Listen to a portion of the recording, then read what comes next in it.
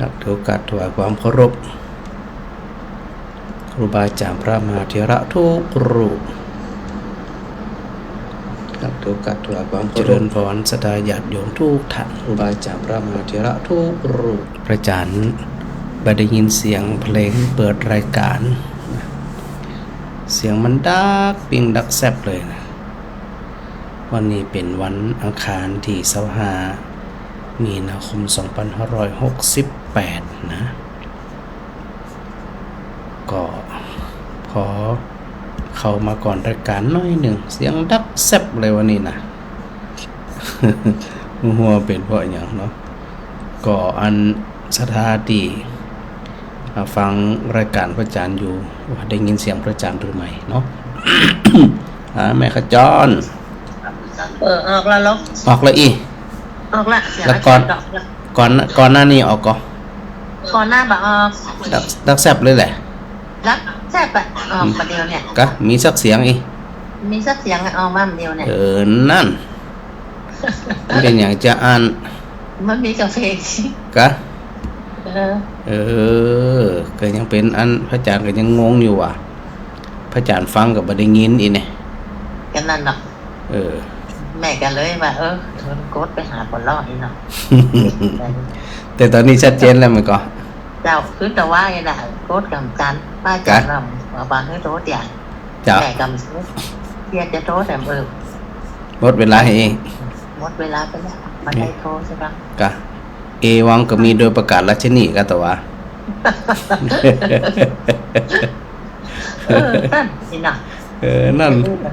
ตั้งนี่นะน่าจะหลายคนอยู่ตัวนี่นะวันนี้ก็เอาก่อนเปิดเลยวันนี้เอาก่อนเปิดแล้วมาแก้วบัตรตันแล้ววันนี้นะมาแก้วนะแก้วบัตรตันแล้ววันนี้อ่ะมันเป็นความสุขอย่างพระอาจารย์ว่าน่ะอันการได้อูได้จ๋าเปลี่ยนนั่นเป็นยาชโลมใจตัวอย่างตัวนะศรัทธาแต่ละคนมีความสุขก็ใจจื่นใจบ้านนอนรับสบายเนาะจะได้จ้ะอยู่บ้านนี่จะสบายฮ้อนกับมาฮ้อนเปิดเพลงฟังเนี่ยเนาะเปิดเพลงหรือว่าเปิดธรรมะธรรมะเอากับเปิดธรรมะกะธรรมะเอากับนึกว่าอันเวลาธรรมะมากับฟังธรรมะเนาะเพลงมากับฟังเพลงธรรมะมาแหมกับฟังเพลงแหมเจ๊กะยังไงจ้ะ3 โมงกับเปิดแล้วเหรอเปิดเน้นไอออกแล้วเน้นหลักออกหลักออก2 ชั่วโมงกันวะเนี่ยเจ้าฟังเต็ม3 โมงเป็นเจ้ากับเปิดฟังแล้วเนาะดีก็ดูหนังได้ฟังสบายใจก็ถือว่าชัดเจนนะแม่เนาะเจ้าสาธุเนอสาธุเจ้าสาธุเจ้าสถานะแจ๋หายไปนี่กำเดียวหายแซบแม่สมบูรณ์เจ้าอันนี้ได้ฟังหำแล้วเนาะวันนี้ได้ฟังหำแล้ววันนี้รายการสดด้วยนะวันอังคารที่25 มีนาคมนี่นะเจ้าชัดเจนได้ไงแข็งแรงขึ้นแล้วยังหล่นตัดแล้วยังหล่นตัดแล้วยังแล้วมันเป็นอย่างตรงนั้นกะนึกว่าหล่นได้ตัดแล้วบอก ใจมันต้องไปเรื่อยๆเนาะใจตึงหนึ่งว่านะกูเรียกโคตรหาจะเนี่ยแล้วบางครั้งมันได้เนี่ยมันเป็นบางจังหวะเจ้าทั้งเปิดโคตรกันเฉยๆเนี่ยเขายังได้ก็หาคนไหนก็ได้อีกมันเป็นบางจังหวะแม่เป็นอย่างก็ว่าไปตามนั้นแต่ชัดเจนนี่นะถ้าว่าอาจารย์มาบวชค่ะถามว่าจะสมมติไหนเจ้าวันบวชไปไหนจะได้ไปก็ไม่ได้ไปดูกรรมเจ้าเดี๋ยวผมกรรมงานมันนะถูกไหมแต่รวมทำบุญไปละเนาะแล้วจะได้กระทำนี้จังหวะ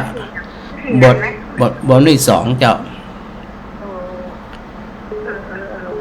พระเทพอันที่2เนาะเจ้าพระเทพอันสมภพอันที่2บริสุทธิ์อันที่2เนาะโอเคสาธุแข็งแรงเนอะสาธุเจ้าสาธุเจ้าแม่บุญนัก เจ้าวันนี้เอาก่อนแล้ว วันนี้เอาก่อนเลยเดี๋ยวบัดเดี๋ยวจ้าละบัดตันเปิ่นเนอ เขาแก้บัดตันเป็นนะถ้าบัดตันเปิ่นกับฟังเปิ่นกันเนาะแม่เนาะว่าฟังก็แต่ของเปิ่นติ๊กๆกดตึ้งบัดตันเขาอ่ะม่วนดีกะแม่นเนาะฟังเปิ่นกับม่วนดีรับตื่นๆมันได้ฟังนะกะถ้าได้ฟังแล้วรับดีอีถ้าได้ฟังแล้วรับดีเหมาะเนาะรับเหมาะเนาะบ่ได้กึดได้อย่างตา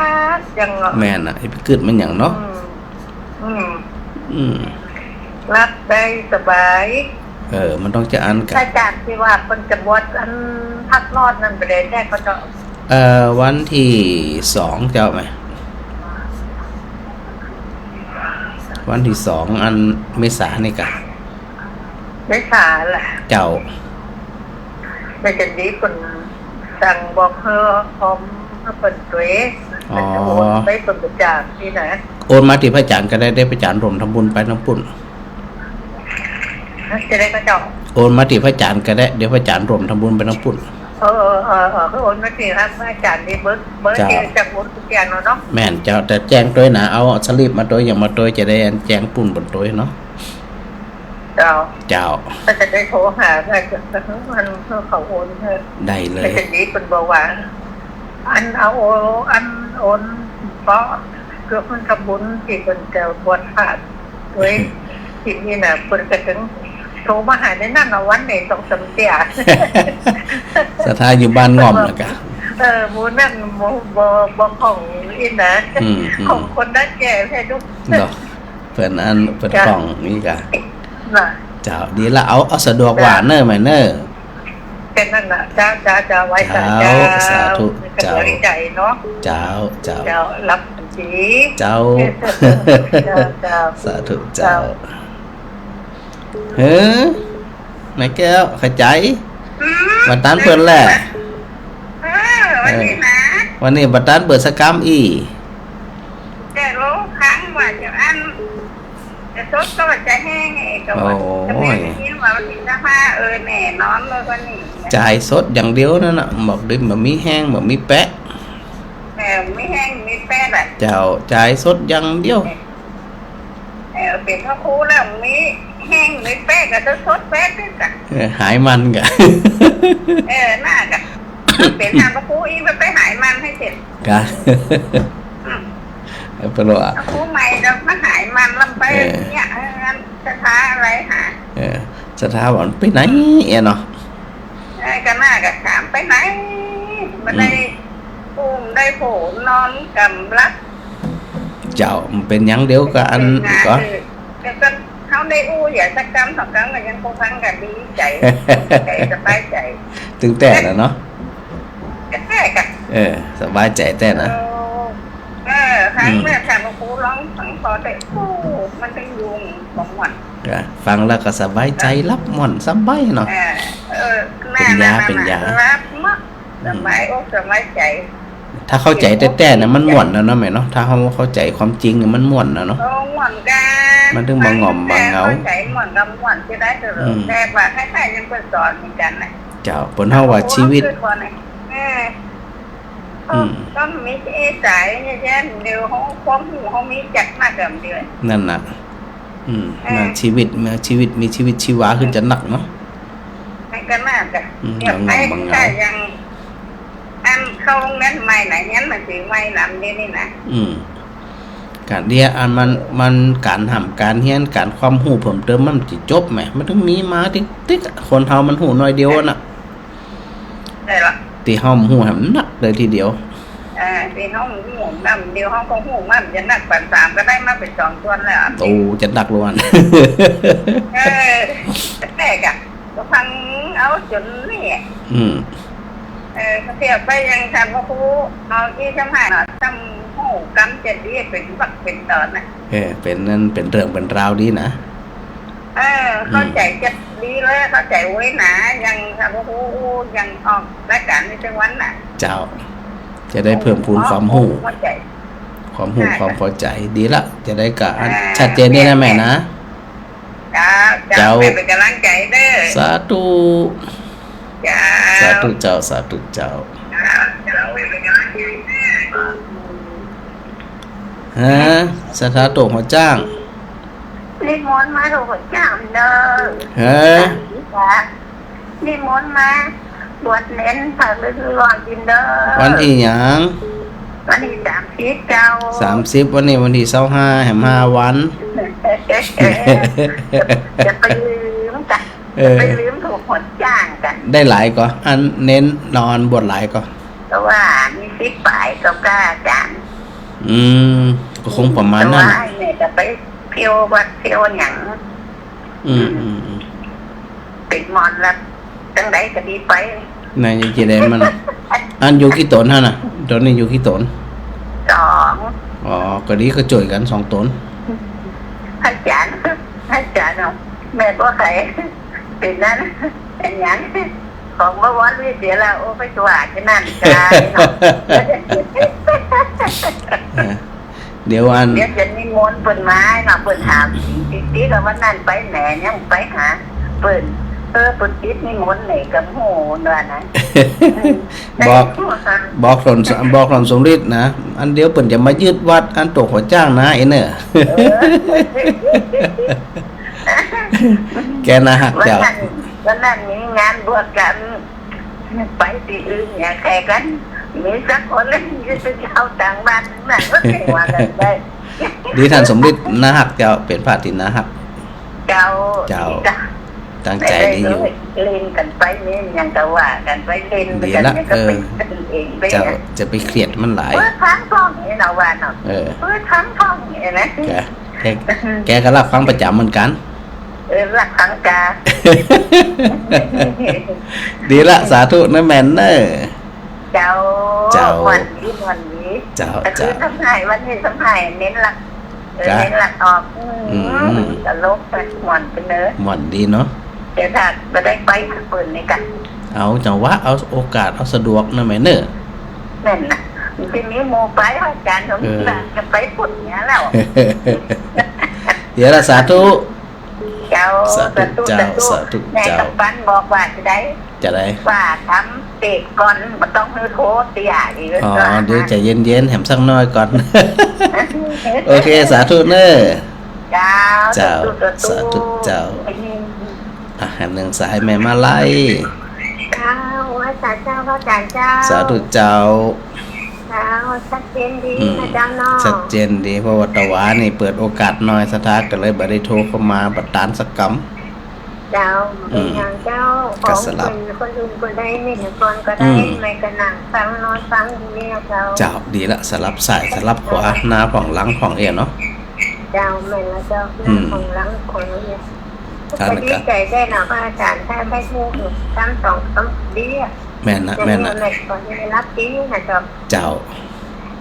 มันมีธรรมะอยู่ในตัวเขาก็คือหวนใจแค่พระอาจารย์ ธรรมะอยู่ในใจอย่างกับคนนี้ยุบแม่ใจกล้านะเวลาจะพูดอย่างคนเนาะเขากล้าพูดเป็นนี่นะเดี๋ยวมาบอกว่าเป็นคดีของครูโดนครูโบ้เราเป็นนี่ยังเป็นกระบอกเก่ามันดีเสริมความหึงให้แม่มาเห็นจัดหนักนะเจ้าเจ้าสาธุเนอเจ้าสาธุเจ้าสาธุเจ้าสาธุเจ้านะอัน20:18 นาทีเนาะส่วนทันที่เหลืออยู่ที่โทรมาในเดี๋ยวอันขอไปเป็นช่วงท้ายก็แล้วกันนะสถานเนอช่วงท้ายเดี๋ยวพระอาจารย์จะเปิดโอกาสสถาใดโทรศัพท์มารวมสนทนากับพระอาจารย์นะเดี๋ยวช่วงท้ายๆก่อนเนาะแบ่งเวลากันนะวันนี้พระอาจารย์นำภาพสถาชมมาสวยงามนำมาจากอินเทอร์เน็ตเหมือนกันนะฮะบอกแหล่งที่มา ว่าสามารถที่จะไปถ่ายเองใดหรือว่าวาดเองใดหรอกเนี่ยนะก็ต้องขอบคุณเจ้าของภาพด้วยเนาะ สถาดีฟังวิทยุอย่างเดียวนี่นะมาหันภาพเนาะก็จินตนาการว่าในภาพเนี่ยมีนก หน่อยหลากสีหลายๆสีเนี่ยนะมาเล่นน้ำใสๆนะสองข้างก็มีดอกมันคล้ายๆกับดอกอย่างคล้ายๆกับคุณนายตื่นสายสองข้างบ้านสีชมพูสีแดงงามขนาดเนี่ย เป็นทำในงามเนาะเป็นภาพอย่างน้อยๆก็พอแล้วเนี่ยมันจืนตาจืนใจนะอันใดดีจะเนี่ยหึ่งใจเขาในจืนใจเพราะมันจะทำให้จิตใจของเขาเนี่ยนะบ่ได้อันเศร้าหมองบ่ได้ขุ่นมัวบางทีเขาพออย่างเนี้ยที่มันจะลงใจเนาะพอเราจะลงใจสุขใจเพราะว่าสบายตาสบายตาสบายใจนะถ้าเขาพอแล้วบอกสบายตาบอกสบายใจมันก็งุดงิดมันก็นะในนัยยะหลายๆนัยยะนะสถานะหลายๆนัยยะที่เขาได้หันนอกสถานเนาะในเรื่องของตะคืนเนี่ยถึงเรื่องอย่างตะคืนถึงเรื่องของงานตะวัน7 แก่นซึ่งพระอาจารย์ได้สรุปไปเรียบร้อยแล้วที่พระพุทธเจ้าได้ทรงตรัสถึงในเรื่องของความร้อนนะซึ่งก็ได้รับเปรียบเทียบเหมือนกับสังขารของบนเฮาทั้งหลายนะร่างกายรูปร่างร่างกายของเฮาทั้งหลายนี่แหละที่เกิดมาแล้วมันบ่เที่ยงแท้บ่ยั่งยืนบ่น่าอภิรมย์บ่น่าพึงพอใจสักอย่างพระพุทธเจ้าก็ตรัสว่าควรเบื่อหน่ายเนาะควรเบื่อหน่ายควรสลัดควรทิ้งแล้วก็นำไปสู่ความหลุดพ้นอันนี้ได้ไว้แต่คืนแล้วเนาะส่วนในวันนี้เนี่ยนะในภาพเพื่อที่จะมาคล้องจองกันสถาดูนะนกที่เฮาหันเนี่ยเป็นนกเป็นสัตว์เดรัจฉานความเป็นสัตว์เดรัจฉานกับความเป็นคนเนี่ยมันต่างกันตรงที่คุณธรรมนะมันต่างกันตรงที่สติปัญญาเขาจะบอกว่าเขาเนี่ยนะเกิดมาเป็นคนเป็นสัตว์ประเสริฐโดยไปบอกสัตว์เดรัจฉานทั้งหลายว่าเป็นสัตว์เดรัจฉานว่าใจเป็นสัตว์ประเสริฐเหมือนคนพระพุทธเจ้าตรัสเป็นกลางๆนะทันโตเสโถมนุสเสสุนะถ้าไผก็ตามได้ฝึกนะได้เป็นผู้ที่ฝึกฝนมาอบรมมาปฏิบัติมาก็ถือว่าเป็นผู้ที่ประเสริฐเศรษโถเศรษฐะแปลว่าผู้เป็นผู้ประเสริฐในหมู่คนทั้งหลายในหมู่มนุษย์ทั้งหลายจริงๆแล้วเนี่ยคนเฮาเนี่ยนะถือว่าอย่างน้อยที่สุดก็คือได้รู้จักความเป็นอบายภูมิสัตว์เดรัจฉานเนี่ยเป็นอบายภูมิสถานะสัตว์เดรัจฉานเปรตอสุรกายสัตว์นรกเนี่ยเป็นอบายภูมิแล้วก็เฮาเนี่ยพ้นจากอบายภูมิขึ้นมาเป็นจันติรุดออกจากอบายภูมิเข้าสู่ความเป็นมนุษย์แล้วก็ก่อยไต่เต้าไปขึ้นความเป็นเทวดาตั้งแต่จันจตุมหราชไปจนถึงจันปรนิมารดีในสวรรค์6 จันคนมนุษย์คนเฮาเนี่ยเป็นกึ่งกลางไอ้กึ่งกลางเนี่ยมันเสี่ยงสถานเนาะมันมินเมเหมือนเฮาก็เดินไต่ขอบซ้ายเป็นอบายภูมิขอบขวาเป็นกามสุขติภูมิซึ่งเฮากับแตะในกามสุขติภูมิตีอยู่ในขอบนะอยู่ในขอบเลยแหละกำลังว่าความเป็นผู้ประเสริฐมีที่จะประเสริฐนั่นเป็นวัดด้วยสติปัญญาวัดโดยคุณธรรมจริยธรรม เขาไปพอเนาะหลายคน เกิดมาเป็นคนแล้วมินเมแทนที่จะพัฒนาตัวเองเนี่ยความไปสู่ความเป็นคนที่บริบูรณ์ขึ้นแต่เขาก็หันหลายคนเนาะสถานเนาะเกิดมาแล้วบ่สร้างความเ เจริญขึ้นตัวเก่าบ่สร้างความเจริญขึ้นกับผู้อื่นบ่สามารถที่จะเปลืองตัวเองได้แล้วก็บ่สามารถที่จะเป็นที่พึ่งของตัวเองได้นำซ้ำยังมาปอเดือหลายคนเนี่ยนะไปดูในเรื่องราวต่างๆเนาะหลายคนเนี่ยมีจิตใจยิ่งกว่าสัตว์เดรัจฉานอย่างที่ห้องหันเนี่ยลูกพ่องล้านพ่องสามีพ่องภรรยาพ่องประทุษร้ายต่อกันข่มเหงรังแกกันด่าทอกันสาดเสียเทเสียแล้วก็เข็นฆ่ากันมันน่าคิดของสถานเนาะมีคนสักกี่คนที่จะคิดได้ว่าเฮาเนี่ยอยู่กำลังเดินอยู่บนเส้นได้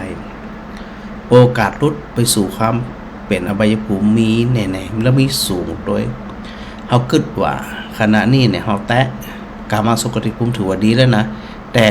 เป็นจั่นเตมินเม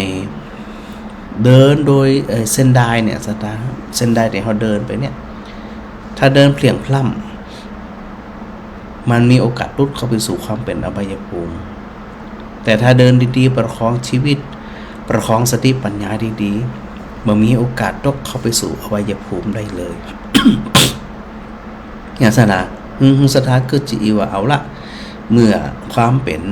คนเนาะความเป็นคนเฮาเนี่ยเฮามาอยู่ในสภาพนี้แล้วพระอาจารย์ก็ดูเนาะดูในสังคมมนุษย์ในบางกลุ่มบางตีเนี่ยมันหาความเจริญบ่ได้มีการประทุษร้ายกันด่าทอกันเค้นฆ่ากันอิจฉาริษยากันมันมินเมมากที่จะนำไปสู่ความเป็นสัตว์นรกใดอย่างเฮาหันทั้งหลายเนี่ยอย่างนกเนี่ยเฮายกตัวอย่างนกเป็นสัตว์เดรัจฉานเนาะถามว่ามันมีนกกี่ประเภทที่สามารถสร้างรังป้องกันฝนป้องกันแดดมีบ่กี่ประเภทแล้วจำนวนนักตากฝนในนั่นตากแดดในนั่นเพราะบ่มีสติปัญญาในการสร้างบ้านสร้างเรือนเผลอไปได้จิกกันตีกันลู่กันนะจนหัวรังคังแตกกันตายกันไว้ข้างหนึ่งนี่ขนาดเป็นนกประเภทเดียวกันนะยิงคนละประเภทซ้ำให้สถาตอนที่พระอาจารย์อยู่อินเดียปรากฏว่ามันมีอันนกพิราบมันบินมาจากไหนหูมันสูดมาแต่มันตกต่อหน้าต่อตาพระอาจารย์ก็จับได้อยู่จับได้ก็มันคงหิวมันคงกระหายก้าอย่างก้าเนี่ยก็จับใส่อันอย่างหาอย่างครอบไว้หาข้าวหาน้ำมันกินดูแล้วมันแข็งแรงนะมันแข็งแรงมันน่าจะบินได้อีแน่เนาะเฮาก็บ่ฮู้เนาะเฮาบ่ฮู้เลยนะเพราะอันพระอาจารย์ก็เปิดกรงที่ครอบไว้เนาะอิ่มน้ำสำราญแล้วเปิดมันก็บินเลยนะสถานะบินไปพอบินไปได้บ่ถึงคือเฮาหันอยู่อีกด้วยนะมันบินไปเนี่ยปรากฏว่ากามันนักอินเดียที่นะกามันบินโดยเป็นโมไปตีไปจิกอันนกพิราบตายเนี่ยตายบ่เท่าขำอากาศนะจิกขำอากาศตกขำอากาศทั้งเลยเฮาก็เอาอุตส่าห์จ่วยมาละมันก็จะไปติ๊กๆนี่นะซึ่งอันอาจารย์ก็บ่เคยหันว่านกมันตีกันนกมันกินกันนกมันจิกกันนี่นะพอมันไปมันเป็นกรรมอย่างมันนี่นะมันก็หันไกลๆเนาะแต่ว่ามันบินมันสูดไปน่ะไกลๆกำลังบอกศรัทธาทั้งหลายว่าหมากับตามแมวก็ตามนะศรัทธานะอย่างแมวเนี่ยที่มันเกิดมาด้วยกันนี่นะพี่น้องอยู่ในอันเกิดมาจากแม่เดียวกันนี่นะตอนนี้น้อมก็ดูดีเนาะนะครับแน่จังเพราะมันเป็นใหญ่บ่าวแถวสาวแถวอย่างมื้อนี้นะมันคบกันเต็นเนอมันคบกันห้องหลั่นบ้านหลั่นเมืองมันจะย้อมกันนะดึงขวัญดึงคบ โอ้สปะสปันเลยอันนี้คือสัตว์เดรัจฉานแทนที่มันจะอยู่ด้วยกันแบบสุขสงบซึ่งอาหารการกินกับจะได้เดือดร้อนมันก็ตามวัดนี่มันได้เดือดร้อนพอมันมีร่างกายแข็งแรงมันก็เอาความแข็งแรงของร่างกายนั่นนะไปคบกันไปขวนกันเดือดตกยางออกเขากำลังมองถึงคนนะสถาคนเขาเนี่ยนะมันบางทีบางครั้งเนี่ยนะพอมีกำลังกายแทนที่เอามีกำลังกายของตัวเองเนี่ยจะทำมาอย่างที่มันเป็นประโยชน์กับตัวเก่ากับคนรอบข้างกับสังคมอย่างเงี้ยบางคนกับเอาอันความแข็งแรงของตัวเองเนี่ยไปข่มเหงรังแกตัวเองตัวครอบครัวตัวคนอื่นตัวโอ้หันแล้วก็หน้าผลห่อหน้าสังเวชหน้าเอ็นดูด้วยนะเนาะหน้าเอ็นดูจะได้หมอหูกึดมาสิ่งทั้งหลายแล้วนี่มันจะต้องหูกึดละจะได้ถึงหมอหูกึดที่พระอาจารย์ว่าตะกี้กันมันมินเมระหว่างอบายภูมิกับกามสุขติภูมิมินเมมาอันนี้ถือว่าเป็นคุณธรรมเบื้องต้นเลยนะสถานะที่เขาจะต้องใส่ใจเนาะต้องใส่ใจว่าเขาเนี่ยจ่ายชีวิตในแต่ละวันเป็นยังไงผ่อง บางคนนี่หิวโหยตลอดนะอยากได้อยากมีไม่ใช่ว่าอันคำว่าอยากได้อยากมีเนี่ยด้วยกำลังด้วยความสามารถนะบางคนในหันของคนอื่นใครรู้ใครเอามาครอบครองหมัวทรัพย์สมบัติหมัวอย่างกระจ่างแต่แล้วก็หาวิธีละนะตัวเองมีความสามารถหาวิธีเปิดห้องว่าอันไม่ได้ด้วยเลขก็เอาด้วยกลไม่ได้ด้วยมนต์ก็เอาด้วยคาถาก็หาวิธีทุกสิ่งทุกอย่างหิวโหยได้มาแล้วกับติปอจึงมีโอกาสเข้าไปสู่ความเป็นเปรตนะเป็นเปรตเนี่ยเนื่องจากว่าตัวอารมณ์โมโทสันเนี่ยมันบรรจัยด้วยความสามารถของตัวเก่าเป็นของคนอื่นก็เป็นของวัดก็เป็นของสาธารณสมบัติก็เดี๋ยวห่อเป็นของหลวงเนี่ยโอกาสเป็นเปรตไม่ต้องสงสัยเลยเพราะสมัยยังคนใจมันไปใจมันหลู่นะหลู่เอาอันบังคับเอาขู่เข็นเอากันโฉกเอาอย่างเอาเหนื่อยเนาะสถานเนาะเนี่ยถ้าเพิ่นว่าเฮามีโอกาสเกิดเป็นคนแล้วเกิดเป็นมนุษย์แล้วเนี่ยแต่เฮากำลังปล่อยปละละเลยความเป็นคนความเป็นมนุษย์เนี่ยลุดเลยไปแล้วเขาจะไปบอกว่าเขาโชคดีที่เกิดมาพบพระพุทธศาสนาใดเพราะพระพุทธศาสนาคำสอนพระพุทธเจ้าเนี่ยบ่มีนะบอกว่าเธอทั้งหลายถืออาวุธทำหันกันเน้อฝึกไว้เน้อนะฝึกอาวุธไว้ฝึกปืนไว้ฝึกระเบิดไว้อย่างไว้เพื่อยังเพื่อไปจัดการคนอื่นมีเลยเขาจะบอกว่าเขาโชคดีจะได้ในเมื่อเขาบ่ได้ประพฤติปฏิบัติอันนี้แค่เบื้องต้นที่พระอาจารย์ได้กูอยู่เสมอในคราวก่อนๆว่างามในเบื้องต้นเขายังงามบ่ได้งามด้วยตานงามด้วยศีลทั้งงามบ่ได้คีที ชอบเอารัดเอาเปรียบงามในเบื้องต้นเรื่องทานมีงามในเบื้องต้นในศีลหูจักระงับยับยั้งว่าอันใดดีอันใดบ่ดีอันใดควรอันใดบ่ควรถ้าบ่ฮู้จักลุดไปสู่ความเป็นเปรตเพราะบ่มีความงามในเบื้องต้นก็คือบ่ฮู้จักบ่ฮู้จักแบ่งปันบ่ฮู้จักเสียสละเนี่ยมันมุมตรงกันข้ามเลยนะสถานะคนปนห้องว่าธรรมะที่เป็นปฏิปักษ์ต่อกันมันคนละมุมเลยมุมซ้ายมุมขวามุมซ้ายมุมขวามุมหน้ามุมหลังเขามีวัดมีวามีคำสอนพยายามระลึกถึงไตรตรองอยู่มันเอามาคิดเอามาพิจารณาเอานำมาปฏิบัติโดย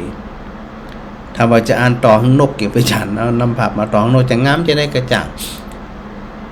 สุดท้ายมันก็จิกกันตีกันเนาะเหมือนเวลาเราไปดูอันนกบางประเภทเวลามันอยู่ห้างด้วยกัน 3-4 ปีน้องตัวนี้น้อยเนี่ยนะมีขนเรียนนี่นะมันทีบกันลงอันก็ลงออกจากห้างทีบปีน้องด้วยกันนะใครแข็งแรงกว่าเขาอยู่ต่อใครมาแข็งแรงก็ถูกทีบมันตกไปก็ตายกะมันอยู่สูงอันนี้คือสัตว์เดรัจฉานแต่มนุษย์เขาบ่ใจจะอันเนาะเขาหู้แล้วว่าความเป็นคนความเป็นมนุษย์ของคนเฮาเนี่ยพัฒนาจะได้หนีบ่พ้นที่พระพุทธเจ้าตรัสที่พระอาจารย์อุตตวาว่าในเรื่องตานในเรื่องศีลในเรื่องสมาธิในเรื่องปัญญาและในเรื่องของความหลุดพ้นเขาหลุดพ้นในระดับไหนคำว่าวิมุตติในทางพระพุทธศาสนาเนี่ยหมายถึงหลุดจากอำนาจกิเลสทั้งหลายในเบื้องต้นบางทีเราก็ไปหันเนาะอย่างเราดูตามข่าวลูกฆ่าป่อฆ่าแม่ด่าป่อด่าแม่เอาทรัพย์สมบัติป่อแม่ไปขายละทิ้งมาดูแลป่อมาดูแลแม่สัตว์เดรัจฉานเนี่ยถึงจะเนี่ยได้นี่ก็คนเนี่ยได้อย่างเพราะว่าโดยธรรมชาติอันนี้มีตังสาธุรูปานังกตัญญูกตเวทิตาความเป็นคนดีเป็นวัดกันดีความกตัญญูความกตัญญูกตเวทีหู้คุณที่คนอื่นทำแล้วก็ตอบแทนอันนี้คือมนุษย์อันนี้คือคนบ่ใจสัตว์เดรัจฉานเกิดมาแล้วตัวไผตัวมันฮู้จักพ่อจักแม่มาแบ่งปันมาหามาฮือมีมนุษย์แต่เฮาหันข่าวแล้วสลดใจแล้วมันจะไปตั้งนานได้จะใดที่พระอาจารย์เปรียบเทียบว่าเฮายืนอยู่บนเส้นได้ซ้ายเป็นอบายภูมิขวาเป็นกามสุขติภูมิและหลายคนชอบไปทางซ้ายติดยาผ่องติดเหล้าผ่องติดพนันผ่องติดหนี้ผ่องมันถูกบีบพอมันถูกบีบแล้วสามัญสำนึกมนุษยธรรมธรรมะประจำมนุษย์เนี่ยมันถูกลบเลือนไปคิดดีบ่ได้แล้วดังนั้นเนี่ยผมจึงบอกว่าเนี่ยจะได้เขาจะดูแลกันอบรมกันพร่ำสอนกันโดยที่บ่ได้คิดว่าคนนั้นเป็นลูกเป็นหลานคนนี้เป็นญาติตัวไผตัวมันนะ ความเป็นมนุษย์ที่ประเสริฐเปิ้นจะบ่มีลักษณะแบบนี้อาจารย์ที่ฮู้ไว้มันก็ว่า civilization คือยุคของพระศรีอานชาวพุทธทั้งไฟฝันขนาดว่าจะเกิดเป็นยุคของพระศรีอานเฮาทั้งหลายได้ฟังมาอยู่เสมอว่ายุคของพระศรีอานนั่นเป็นยุคของคนที่มีตานมีศีลมีสมาธิมีปัญญาในยุคของพระศรีอริยเมตไตรนี่นะเพิ่มเจทะเลาะเบาแว่งกันเจลู่กันเจด่าท้อกันแบ่งปันกันเอื้อเฟื้อกันดูแลกันบ่ละเมิดซึ่งกันและกันทางคนต่างอยู่แบบสุขสงบเขากึดพอกันแล้วกันเนาะมืนตากึดรับตากึดเฮาก็หันแล้วยุคของพระศรีอริยเมตไตรยุคของพระศรีอานเป็นยุคที่มีความเจริญรุ่งเรืองทุกด้านบ่ว่าจะในด้านของข้าวปลาอาหารปัจจัยสีเบื้องต้นบ่เคยขาดแคลนมีครบครันยังบ่เตือสภาพจิตยังสูงส่งนี่คือยุคของพระศรีอานนี่สถาถามว่า เขาจะไปรอเกิดในยุคของพระศรีอานก็มันได้หมู่ฮู้เขาเกิดตายมันกี่หมื่นจาดแสนจาดล้านจาดในหมู่แล้วมันจะมีโอกาสเกิดไปอันเจริญขึ้นหรือเปล่าก็บ่ฮู้ ว่าบางทีเขาเพียงพล่ำเดินปัดแลดตกไปด้านซ้ายตกใบยภูมิเนี่ยจะแดถ้าเขาบอกมีสติปัญญาแต่เหมือนกับตีพระอาจารย์พูดถึงว่าเวลาเราเดินอันตามเส้นขอบเป็นเส้นมันก็มันต้องอาศัยตัวสตินะมันถึงจะบาตกนะมันต้องอาศัยแต่คนจีอันเนี่ยบาตกอยากเส้นได้ ไปสู่อบายภูมิหนึ่งเป็นคนที่มีสติสองเป็นคนที่ ฝึกเดินมันหู้จังหวะเดินแล้วก็แข็งแรงมันบาตกละเหมือน เหมือนพระอาจารย์อู้ไว้วันใดวันก่อนเนาะไปหาตีในกรุงเทพเนี่ยโอ้ยมันยากเลยนะสถานนะพระอาจารย์เข้ากรุงเทพน่าจะปี2532 30กว่าปีแล้ว ก็เนี่ยอยากจะไปเรียนปริญญาตรีเนี่ยแล้วก็ปิกมาแล้วนึกถึงหลวงปู่พระราชธรรมรังการที่ว่าได้ให้โอกาสกับเจ้าลำปางเนี่ยนะสมัยน้มจิมีพระอาจารย์ต้องดิ้นรนไป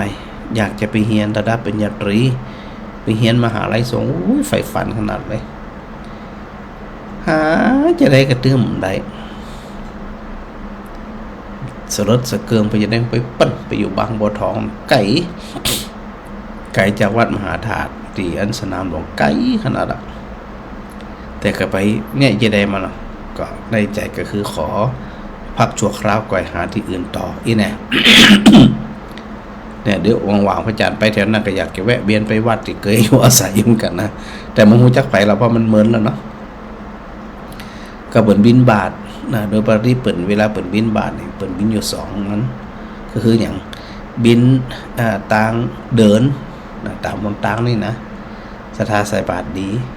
แล้วก็แหมตั้งก็คือหนังเหือพายเหือไปเหือน้อยๆนี่นะเฮียแจวเฮียพายเนี่ยเปิ่นพายไปบินบาทมีอันบาทเฮียมีอันปิ่นโตมีถ้วยเฮียวางอยู่ตีเหือน้อยๆนี่นะ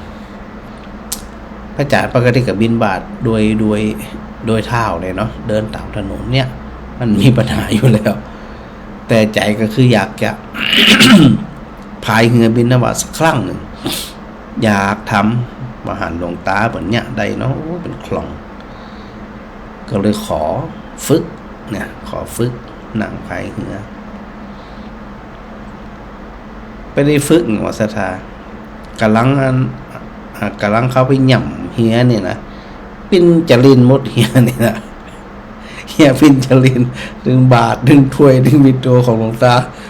มดเสร็จเลยมันเป็นคลองเนาะอันนี้คือเนี่ยเขาบอกเกยไงตีพุทธเจ้าบอกอยู่ที่การฝึกฝนน่ะถ้าฝึกฝนอย่างหลวงตาเป็นฝึกมันเป็นเนี่ยมันเป็นใหญ่ขำหันเนาะเป็นกระคลองกันเขาบอกเกยเนี่ย คำเกยอันพายเหือน้อยๆเนี่ยมันจะเกยเนาะแค่หยามกับเป่งว่ำทีเดียวขำมัดหลวงตาแกก็เข้าใจนะแกกำบาสมัยนั้นนะแกก็จะได้มาเนาะรับตาปิ๊บกันมาได้นี่กะแต่อันอาศัยที่น้ามันบ่เลิกมันไปคล้องไกลกับอันไกลกับวัดจำวัดมาได้ละ มันเหมือนแล้วนะเหมือนละเนี่ยจึงบอกว่าถ้าบ่ได้อาศัยฝึกฝนมันจิตที่คิดปรารถนาที่จะก็ต้องฝึกมันเหมือนกันนะสถานะจะคิดจะเอารัดเอาเปรียบจะออกโอกาสจะแบ่งปันมีเพราะมันบ่ได้ฝึกการน้อยก็ได้นักก็ได้ก็มีน้อยก็น้อยมีนักก็แบ่งปันก็ไปให้เหมาะสมนะให้เหมาะสมตัวสมาธิก็เหมือนกันจิตจะเป็นสมาธิได้บ่ง่ายการที่จะใจมันเนี่ยจดจ่อแน่วแน่เป็นกสิณก่อเกิดพลังจิตก่อเกิดฌานสมาบัติและมีโอกาสเป็น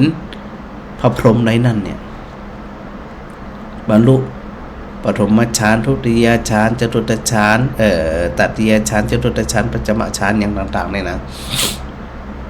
โอ้มันง่ายที่ไหนถ้ามาอาศัยการฝึกฝนมันแล้วก็มีความภาคเพียรพยายาม เอาเป็นว่าถึงมีอัน มีถึงฉันทะวิริยะจิตตะวิมังสามาครบเลยนะสถานะสถาก็ลองฝึกตัวเองดูว่าตอนที่อยู่บ้านเนาะที่อยู่คนเดียวสบายนี่นะฝึกนับลมหายใจก็ได้ลมหายใจเข้ายาวๆหายใจออกยาวๆ1 ครั้ง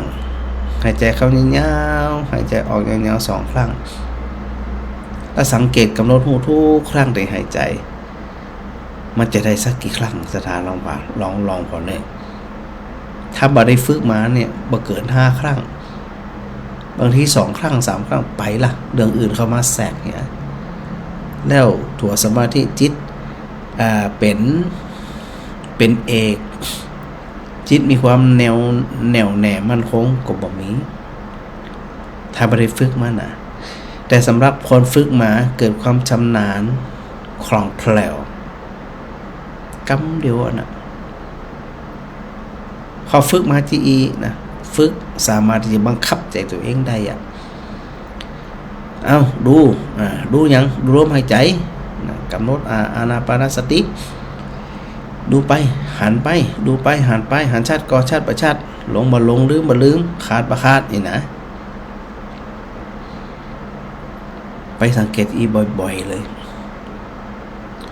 พอมันบ่อยขึ้นต่อไปสถาสลัดทิ้งได้ง่ายมากเลยเพราะตัวจิตมีพลังบอกซ้ายไปซ้ายบอกขวาไปขวาบอกรับบอกตื่นผู้ที่ได้ฌานสมาบัติเปิดบังคับได้ขนาดนั้นนะแต่หมู่เฮานี่อิดแค่ลมหายใจก็นับบ่ไหวละเดี๋ยวก็ไปหาคนโน่นเดี๋ยวก็ไปหาสิ่งโน่นเดี๋ยวไปหาอันโน่นมันสึงสับปะสับปันนะนั่นสถาขอลองขึ้นบอกก็ว่าถ้าเฮาบ่ได้ฝึกฝนจุกองจนเกิดความชำนาญเนี่ยมันก็แย่ที่พระอาจารย์เปรียบเทียบเหมือนกับอันแข่ไปหย่ำเฮียนี่มันได้หนังเตียนะแข่ไปหย่ำเพื่อที่จะไปหนังละพายเนี่ยไม่ได้อย่างความบ่มอะชีวิตเราก็เหมือนกันนะถ้าเราบ่ได้ฝึกมาเนี่ยมันเขวง่ายมันเกลียดง่ายมันจังง่ายมันเสียใจง่ายเนาะมันน้อยใจง่ายมันง่ายมากเลยเพราะเราบ่ได้ฝึกคือจิตมันแกร่งเดี๋ยวกับเรื่องนั่นเดี๋ยวกับเรื่องนี้ซึ่งมันมาอยู่ตลอดอยู่แล้วพระที่ผลได้ฌานสมาบัติมีสมาธิแน่วแน่นี่นะไม่ได้หมายถึงว่าอารมณ์ชอบประชอบบามากระทบปัจจัยนะจะได้มันก็ถึงมาคนดีมันก็มาคนบ่ดีมันก็มาดีปันฟ้าจะได้กระจังได้นะคนเกลียดก็ยังมีคนอิจฉาก็ดึงมี จะได้กระดึงมากระทบดูดีใจเขาว่าจะวันไหวอ่อนแอคล้อยตามสิ่งทั้งหลายเหล่านั้นหรือไม่มีหลายคนนะบอกว่าละอ่อนบอกคนเท่า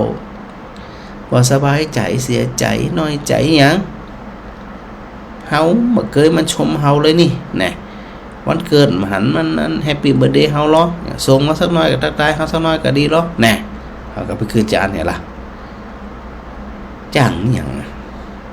ใครจะแฮปปี้เบิร์ธเดย์มาแฮปปี้เบิร์ธเดย์ใครจะยินดีบ่ยินดีอย่าได้ใส่ใจอาจารย์ดูอยู่เสมอว่าความสุขเราต้องสามารถผลิตด้วยตัวของเราเองได้มันจำเป็นที่จะต้องอาศัยคนอื่นซึ่งการอาศัยคนอื่นนั่นเนี่ยมันบ่แน่นอนมีโอกาสผิดหวังมีโอกาสพลาดเยอะเลยทีเดียวบันไดนะสถานะมันจะหาได้ง่ายๆนะแล้วนั่นเขาจะไปอันใส่ใจบ่หน่อยจะได้แคร์เพื่อที่จะให้คนอื่นได้ชื่นชมสรรเสริญจะอันที่เฮาตัวเฮาในหูตัวเฮาเองชมก็ขอบคุณมาชมก็เฉยๆบ่เกลียดบ่จังจะได้กระจ่างเพราะว่าเฮาบ่ได้อาศัยนี่เฮาบ่ได้อาศัยเฮาบ่ได้สร้างสุขจากกรรมคนอื่นจากพฤติกรรมคนอื่นมันบ่คุ้มที่เฮาเอา กรรมคนอื่นพฤติกรรมคนอื่นมาเป็นตัวแปรเนี่ยใจเฮาเป็นสุขหรือเป็นทุกข์ใจนั่นแสดงว่าเฮาเนี่ยบ่มีสมาธิบ่มีปัญญาบ่มีความเข้าใจว่าเฮาเนี่ยสามารถสร้างสุขถ้าต้องการสุขสร้างได้เลยจะมีสุขได้ก็ต่อเมื่อจิตมันแกร่งพอสลัดได้พอทิ้งได้พอมันบ่หวาดหวั่นอย่างสักอย่างดังนั้นไผจะว่าไผใจจมไผใจจังเฮาอย่าได้เอากรรมเฮาอย่าได้เอาพฤติกรรมของคนอื่นเนี่ยมาแบกเอามาตุกอยู่ในใจทิ้งเลยซะค่ะเสียเวลานั่นซึ่งย่ำกันมาหรอเวลาเขามีน้อยมากเวลาเขามีน้อยที่อยู่ทำสักกี่ปีถ้า60 ปีแหม20 ปีกับ80มันจะอยู่ถึง80ก่อน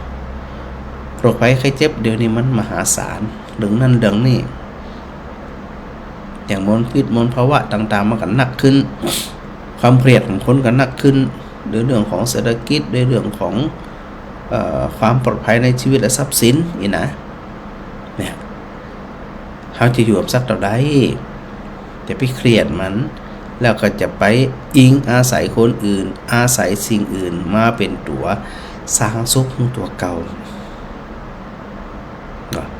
อย่างนกเนี่ยเขาไปเทียบให้มุมหนึ่งนกมันจะหวังว่าคนมันเป็นตัวมันงามมันว่ายน้ำม่วนนี่นะมันจะอาศัยคนอื่นชมนะแต่มันม่วนเพราะมันเล่นน้ำมันม่วนเพราะมันเล่นน้ำตอนที่พระอาจารย์อยู่วัดศรีไตรภูมินาฮอดที่สถานทำสปริงเกอร์ทำน้ำผลนะหมอกนี่นะตามต้นไม้เนี่ยหลากสายเข้าไปหนึ่งจังหวะอันเฮาบ่ได้อย่างก็บ่ได้ต้องใจปั๊มหำละหนึ่งจังหวะได้สูบน้ำจากเมืองเนี่ยเอามาไว้ในถังซึ่งมันอยู่ตรงบนนะแล้วก็เปิดละอองน้ำฝอยน้ำปุ่งไปมันเย็นนกเหล่านี้ก็มาสูดมันเย็นมันมีความสุขด้วยปีกของมันนะด้วยปีกของมันนะสถานนะแล้วมันจังหวะอันนกเนี่ยนะเวลามันจับกิ่งไม้กิ่งใหญ่กิ่งน้อยจะได้กระจังแต่มันบ่ได้เอากิ่งไม้นั่นเนี่ยเป็นตัวตัดสินว่ามันจะตกกับบ่ตกมันบ่ใจใบความมั่นใจของมันบ่ได้อยู่ที่กิ่งไม้ที่มันจับแต่มันมีความมั่นใจอยู่กำลังปีกของมันโอ้นี่จะธรรมดานะสถานะเพราะมันมั่นใจในกำลังปีกของมันว่าตอของกิ่งไม้รุดไปหักไปมันบ่ตกแต่ถ้าสมมุติว่ามันบ่กลางปีกเนาะมั่นใจละว่าเฮาจะอาศัยกิ่งไม้เนี่ยพยุงเฮาเกิดกิ่งไม้มันหักมันพวกนี้อย่าตกตายกะ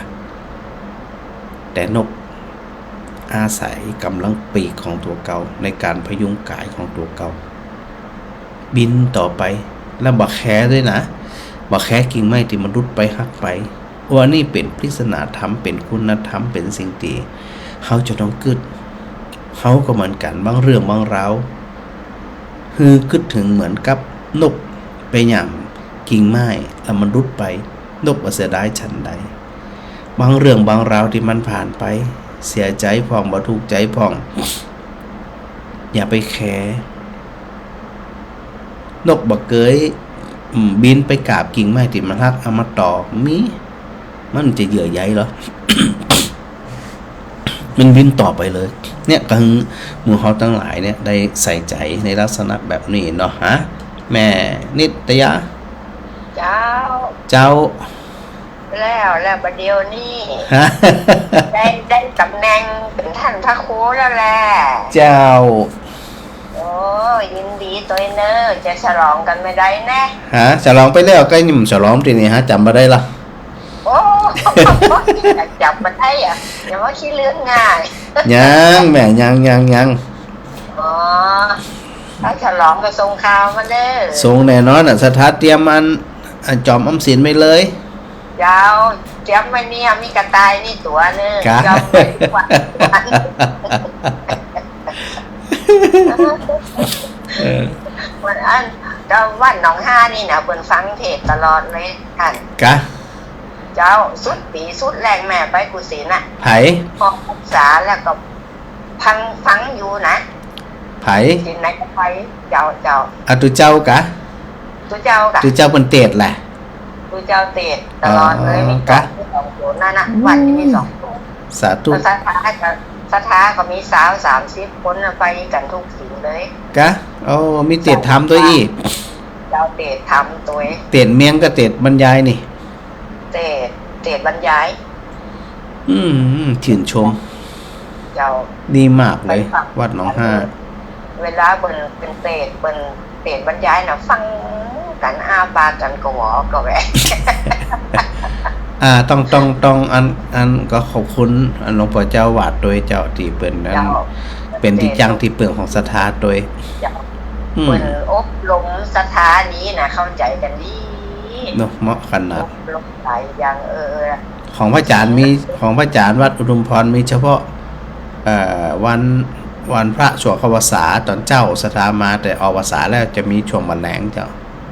อ๋ออันนี้มีตลอดเลย แวะไปนะ จ้ะ เดี๋ยววันที่27-28นี่ก็จะไปกันหน่อยแจ้งมากับเตรียมก่อนไป เจ้าดีละต้องโมทนาสาธุนะฝากชื่นชมหลวงปู่ด้วยเนอะ เจ้า เจ้า จะไปทุกที่เลย ดีละขอบคุณจะหลายเนอะ เจ้า เจ้าสาธุเจ้าแม่นิตยาหนองฮา เจ้า เจ้าหลายวัดนะสถานนะวัดดอกบัวกะอันโยมทำบุญทุกวันตอนเจ้าทุกวันพระนะส่วนวัดเนี่ยก็วัดประตูต้นเพลิงนี่ตลอดถึงพระเจ้าบัลเลงนะเป็นทำมาเมินละประเดชพระคุณหลวงพ่อนี่นะฮะไม่อ้อย ข้านมัสการเจ้า เจ้า ฟังอยู่ ฟังอยู่อีก อ่านโคตรตั้งแต่เจ้าผมแรกๆกูเนาะ กะอันมือแปบเลยอีก แกบแต่มั่งแกบมันเปิด อันเนี่ยกับเข้าตัวแล้วก็ถอดบาดหูตัวก็ฟังไปในนั้นเนาะ เนี่ยอันก็ฝึกถึงกายถึงจิตนี่กะ เจ้า อืม แล้วก็ว่าโอ้ยจะได้ว่าวันนี้เป็นอย่างมั่มเฮาก็ออกวันที่25กันตรงเลยอ่ะให้เป็นอย่างมัดมาห้ามไปอ่ะ ทุกเจ้ามัวจมอยู่นะกะทุกเจ้าจมเหมือนน่ะ ว่าไปแหลกๆเลยนะ กะทุกเจ้าจมเหมือนล่ำอี อันนี้ก็คือว่าวางมือเป็นกระทะเป็นที่กับมาตั้งสั่นไอหัวคนเดียวโอ้ยไปหัวคนเดียวทำได้อ่ะทางใดกันดีทางใดดีอ่ะ ก็เป็นอย่างก็ดีละแม่ดีละเตียนก็ได้ฟังได้อย่างเนาะมีความสุขกายสุขใจหยัง บอกล่วงหน้า2 วันนะ เงี้ยหยัง เนี่ยยังเหรอ 2 วัน คนลืมนั่นนี่ 2 วัน2 วันไปปออย่างมันต้องบอกเพื่อนกันเป็นติดเพื่อนกัน ไม่ใช่บอกแม่ก่อนล่วงหน้า เจ้า จนมูลหยาดยุ้มทั้งหลายละรอฟังคำตอบ เจ้าใจจุ่มเดี๋ยวบอกอยู่แล้ว อันนี้จะเมาอันรถนั้นล้างตีวัดบางมอไปนี่ ตาละฝนมีรถล้างรูเอามาจ่ายวัดอุทุมพรสักติดเนอะ จะเมาคนไปย้อนสถาวันบางมอไปกันรำรถเท่าไหร่อ่ะ เนาะลงนี้มานี่มันได้เนาะ ลูกนี้มานี่มันได้อ่ะบอกหมอกทำได้อ่ะไปได้ไปงานใหญ่งานหลวงไว้คนจะเกี่ยอ่ะ เจ้าเดี๋ยวผมน้อยเดี๋ยวถ้าอันนั้นก่อนเนอะแม่เนอะ ถ้ามันนั่นก่อนไปกว่ากัน แมน อันนี้บอกลงหน้าเลย บอกอยู่แล้วเตรียมตัวเลย เขาจะบอกเขาจะเจ้ารถไว้ก่อนล่ะ เนาะ เขากลัวตู้เจ้าจะเอาไปนำอยู่นี่ กลัวตู้เจ้ารัดจะเอาไปนะถ้าตู้เจ้ารัดไปก็ดีนะไปตู้กันนึง สมอกะ สมอ มันมีกี่แถวเนี่ย มี2 แถวมันยาวอ่ะ2 แถวอ่ะทั้งกลางนั่งได้2มาใน2 คน2 คนเนาะ อ๋อ อันบอกหลวงพ่อกะอันปาสถามาเนาะ เดี๋ยวจะไปเกินไว้ เจ้าดีละเจ้าสาธุไหม เจ้ามาสถานเนอะไม่เป็นกำลังใจให้กันนะเจ้า เจ้า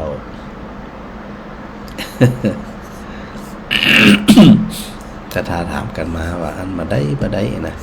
ใจเย็นๆนะใจเย็นๆใจจุ่มใจบานนะ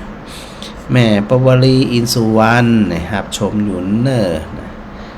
โยมก่อนอุมาปัญญาคำนะชัดฉากงามขนาดมีนกน้อยต้อย แม่มาลีกราบนมัสการเจ้าท่านพระครู เจ้า ครับอนุโมทนาสาธุเขาทำมาเขาคืนนี่เจ้าสาธุโดยความหมายความสุขฟังเมื่อใดก็คือเนี่ยเอาที่เจ้าพระครูเจ้า ได้ทักทายดีเจ้าได้สักนิดตัวนี้เจ้าได้สาระได้อย่างตัวเจ้าอย่างพ่อครูกับอันวานะคะเวลาเหลือบรรณักอ่ะเดี๋ยวนี้เจ้าเวลาเหลือบรรณักเหลือคนหน่อยแต่ว่าช่วงที่เหลืออยู่ของมันมีความสุขเนาะเจ้าตาตีใจที่เจ้าได้ฟังธรรมะกับพระครูเจ้านี่แหละจะได้การบุญรักษาเนื้อแม่นเด้อเจ้าเจ้าแม่กับแก้วสีอินแก้วนี่ครับชมอยู่นี่นะโยมคำสุขโยธินใส่มาแม่สมสอนนี่แม่แก้วพุทธสอนพระจารย์ฟังอยู่เนอแหละสาธุโดยแม่กับสีขันแก้วนะปีสาวปีบัวคำฉากหลังงามแต๊ะๆนะขยมกิ่งแก้วนะสาธุโดยฮะมาสักการพระอาจารย์สาธุเจ้าท่านพระครูทำมาวันนี้ม่วนนี่เนาะม่วนดีแหละแต่ว่ากับม่วนม่วนถึงวันนะเป็นธรรมะนี่ม่วนถึงวันอีกอ่ะสะใจดิเจ้าแล้วสบายใจดิแต่ว่าสมวนมันจะโทรก็โทรบัดตันเปิ้นอันแต่วัน7กันน่ะย่อมแข็งหัวตั้งแต่1กันถึงวันเนี้ยยังฮ้อนขนาดนี้เนาะเจ้าแต่ว่า37กันจบเลยตลอดใครว่าแต่วัน7กันเนี่ยเปิ้นว่าจะมีผ่าเมื่อวานเขาจะว่ามันจะเลี้ยงกันยังไงอ่ะเดี๋ยวพอมันคืน7แก่นพระอาจารย์จะไปถูกถ่ายหูพอเนอะไอ้โหเนาะขนาดกันเด็กยังห่อนเนาะเดี๋ยวจะถ่ายหูคือพอทำมันมาได้มันน่ะเลี้ยงอยู่ได้เนาะเห็ดโลกค่ะบ่มีคนอยู่พระอาจารย์เนาะจะไปมีอย่าง2แกนบุตรได้บดากับบ่มีพระอาจารย์ว่าแล้วเนาะบ่มี2แกนกับบ่มีละคนอ่ะไม่หมดเลยเนาะเจ้าเป็นเหลืออย่างเงี้ยแต่ว่ากับหม่อนอันนี้ก็นี่กันครูจะก็ประพฤติปฏิบัติกันไปเนาะแล้วทั้งจะได้กับหม่อนนะท่านครูเนาะเจว่ามันถูกประมาณนะมันถูกอันแคบนะเดี๋ยวก็พอวันเป็นวันต่อวันไปเดี๋ยวพูดใจพระอาจารย์เดี๋ยวพูดใจพระอาจารย์ว่าไงพระอาจารย์จะมา2วันจะขาดไปเลยวันแน่มันผูกอาจจะมา3ก็ได้เนาะวันแน่นะอีกกับเจ้าเนาะเจ้าทำงานแบบเนาะสาธุเจ้าประตูค่ะเจ้าแม่มาลีทักทายมานะนกดูนกเด่นน้ำเย็นตาเย็นใจนะแม่สีนวลเนี่ยสาธุดอกไม้งามนกก็งามนะแม่อันเพ่นกาฟังนมัสการจากพระครูนะแม่สุนันทากาดีนะนมัสการจากพระครูมาแม่บัวตองอินสุวรรณพระเยาเนาะจากหลังงามแต๊ะนกก่องามดอกก่องามเสียงก็ชัดเจนนี่อันนี้จะได้บ่าเครียดเนาะสถานเนาะจิตใจมันจะได้จุ่มจืนแจ่มใสนะแล้วก็อันโยมชูที่การรอดพยัญนะสาธุหันจัดพระครูฉากใหม่งามยินตาเนี่ยจะพยายามเปลี่ยนมันๆนะสถานทำมีเวลานะโยมต้อยจันนิดากรุงเทพสาธุนะ ม่พิสมัยศรีเทพธรรมรงค์ไวยสาพระจารย์ติดตามฟังครั้งแรกวันที่22เดือนกุมภา64แต่เอาจำว่าแม่พิสมัยฟังทุกคืนเต้ากี่ปีแล้วนี่ทุกคืนนี่ฮะสถาวังจิ้นภาษาเจ้าพระวิเจ้าแม่อันพอที่ Facebook เลยก่อนยังเจ้ายังแหละเจ้าถ้ามี Facebook มันจะหันผ่านได้ง่ายแต่ก็บ่เป็นหยังเดี๋ยวฮ้อนเจ้าฮ้อนเจ้าฮ้อนก็พี่ฮ้อนยังจุ่มจึกบ่เดี๋ยวนี้ตามข้อกันหนักเจ้าสปะสปันหลายสิ่งหลายอย่างแก่งโหเจ้าแล้วฮ้อนว่าปุ่นแปรฮ้อนเจ้าฮ้อนอยู่กะเจ้าแปรไปฮ้อนอย่างแปรเย็นจุ่มจึกกะสบายดีกว่าเจ้าสบายดีเจ้าแม่สบายดีว่าได้ฟอซีวีองพอฟักโหเจ้าเดี๋ยวขึ้นเจ้าเดี๋ยวนี้เปิ้นมันมีไผพอทีวีแล้วเจ้าแต่ก่อนให้ฟังเนี่ยก็ฟอละครเดี๋ยวนี้กว่าฟอสักเดียวเจ้าเดี๋ยวนี้บอกละครมีความหมายกับคนเฒ่าล่ะเดี๋ยวนี้นะยิ่งฟังพ่อกูหม่อนเลยเจ้าหม่อนก็ฟังดูละครฟังละครมีหญิงฟังหญิงเครียดเจ้ามาฟังธรรมะเนาะกันธรรมะกันก็ยิ่งสุขใจกันเนาะสลับความทุกข์ไปขอได้โทรบอกเขาได้เจ้าจะได้กับสาธุเด้อเนอเจ้าสาธุเจ้าสาธุเจ้าแม่ยวนป่าสักวังจิ้นนะปอสิงกันแก้วนะนมัสการพระอาจารย์มานะสาธุโดยโยมทวินเนี่ยทำบุญวันที่อย่างสืบจะตามที่เสาเก่าเนี่ยเนาะสถาตาเดือนะแม่อัญชันวงชังเงินสาธุโยมพิสิทธิ์พูดคล่องนะสอยู่ที่แจ่หมนะพูดนี่โทรหาพระอาจารย์ตะวาบาดาเนี่ยนะที่ตามพระอาจารย์มา2คืนแล้วที่ติดกันละเนี่ยโยมทัดดาวชัยป้อมนะกราบสาธุเจ้าแล้วก็แม่4,000ดาดแก้วนะแม่ดูพระอาจารย์อยู่เน้อนะสาธุโดยก็อย่างที่พระอาจารย์แบ่งกันนะแบ่งเวลาแบ่งอย่างกันว่าช่วงใดเป็นจะได้แม่คำปาตัวหัวเจ้าสาธุเจ้าพระครูเจ้าใจแม่คำปานใจซิดผัดพิงแหละใจซิดผัดพิงแหละ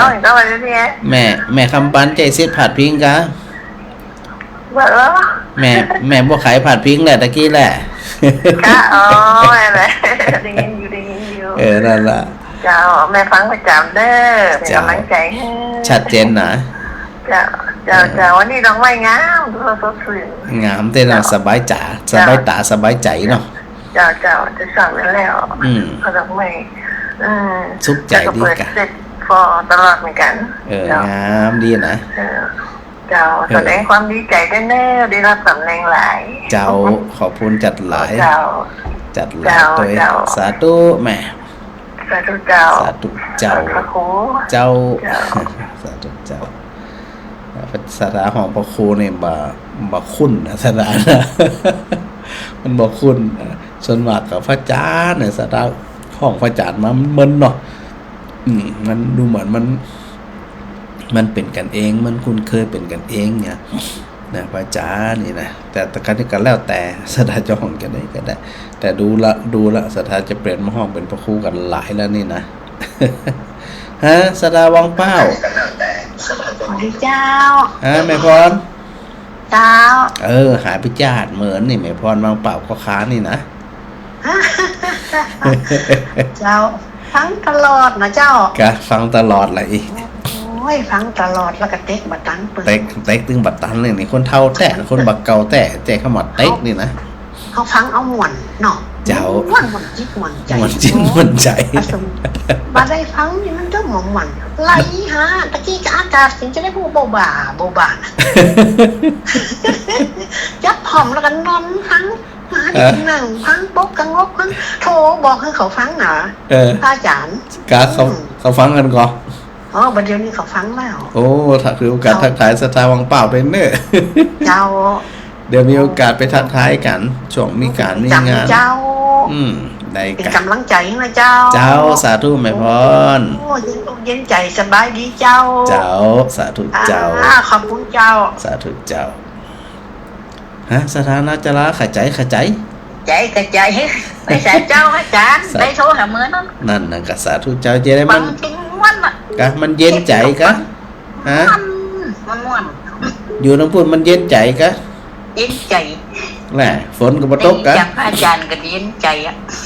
ฝนตกว่าแม่ มาตกเจ้า ปอกัน ฮ้อนมาตก ฮ้อนกันจังวันหยังหาวจุ่มจึก ใจมันฮ้อนกับว่าเนาะ ใจทึมใจฮ้อนฮ้อนมันนี่หยังฮ้อนได้กับเตาอันน่ะจะได้กำจะแจ้งเตือสบายใจ แต่คือกันโกนแหงแล้วอาจารย์มาเตะจะก็ การบัดตันเปิดดิ ตันปืนวันนี้2 รอบก็3 รอบอ่ะ กะ ก็ถือโอกาสได้ทักทายกันในอุได้จากกันเนี่ยกะ เจ้า เป็นบุญ ม่วนดีเนาะ เจ้าเป็นบุญหม่อนดีสุขใจดี อันฟังตึงม่วน หม่อน ทำได้ ใจ ฟังม่วน แต่กะถือโอกาสได้ บ่แล้วใจ ทักทายกันบ่แล้วใจ จะได้กระสาธุเทรนเนอร์แม่พัดเนอร์ เจ้า เจ้า สา สาธุ ได้ชื่อใหม่เนาะ เจ้า ท่านพระครูช่วยอ่ะ เจอเป็นพระครูจ้อยบ่ เป็นพระครูพี่หาจ้อยเนาะ เป็นท่านพระครูแหละ ขอบคุณจัดหลายนะแม่เนอร์ เจ้า เจ้า เจ้า สาธุเจ้า หลายคนโทรมานะแม่นิดมันทรายแม่สุกแก้วสารปีขจายนะแม่แก้วแม่สุกแก้วมาก่อนแม่สุกแก้ว เจ้าไม่ฟังอยู่เลย ฟังอยู่แหละ เจ้า ถามก่อนว่าฝนตกก่อนละปูนเชียงใหม่ฝนตก ทำไมบะโต๊ะทำไมบะโต๊ะเจ้า จะได้บัดตกทั้งแปะเป็นยังตกแต่ตกกว่า โน้ตบ้านไม่บะโต๊ะ อะไร แต่ละปีเนี่ยบะโต๊ะ สารปีบัดตกกับบ่ฮ้อนเพราะว่ามีอันต้นยางฮะนะ เจ้า มีต้นยางใหญ่ อากาศดีเลยนะเจ้า แหละ เจ้า ก็ดีละมันจะอันนี้ก็ฮ้อนจะได้กับเรื่องของมันเนาะ เจ้าเรื่องของเบอร์นอก แม่น ท่านอาจารย์ เจ้า ที่แม่บอกเขาทำประคูหนึ่ง ห้องจะได้ก็ได้เองแม่ เอาอาจารย์ดีกว่ามันเหมือนเอาไปชิดกันนั่งเจ้า มันคุ้นเคยนี่ มันมาคุ้นเคยท่านประคูเรียกเหมือนทันบอลลนะเจ้า มันบ่ค่อยได้ยินไง มันบ่ได้ห้องกันมาไง เจ้า จะได้กระไดพระจันทร์นี่มีไอ้ ปัญหาบางคนน้ำให้กะอันไปอันสีได้ภูมินี่ตู้เนี่ยยังตู้อยู่นะ ท่านเพราะว่าเขาเกินปากแล้วเนาะ แม่นเจ้าคืออาศัยความคุ้นเคยเป็นปีเป็นน้อง เจ้า เป็นปอเป็นแม่เป็นญาติผู้ใหญ่กันเนี่ยเจ้า เจ้า จะได้กระไดแม่ เจ้าอันนั้นท่านอาจารย์อันนี้ไม่ได้เจ้า ยังอยู่แม่เดี๋ยววันคงจะไปฮับเชียงใหม่นั่นน่ะ ไปฮับพัดนั่นน่ะน่าจะไปเชียงใหม่นั่นน่ะเจ้า อันท่านมาจะมาก่อนเพราะแหวกอยู่ก็เสียว โอ้แหวะอยู่แล้ว เตรียมไว้เลย1กันรถอย่าไปแหวะ เดี๋ยวรถตู้ไปอันถล่มร้านก๋วยเตี๋ยวแม่สุแก้วบ่ได้ ได้เลยเจ้า เจ้าสาธุเน้อแม่ เจ้าทำไมก็ เจ้าสาธุเจ้า หาแม่สิกุล ข้าพเจ้าท่านพระครูเจ้า เจ้านี่แม่อันฟังมา 4-5 ปีแล้วเสียงเหมือนเดิมแต่น่ะแม่สิกุลนี่นะ เจ้า บ่เท่าบ่แก่เลยก็จะได้เสียงนี่ เสียงมาเท่าแกตะแข่งขาจะเท่าละ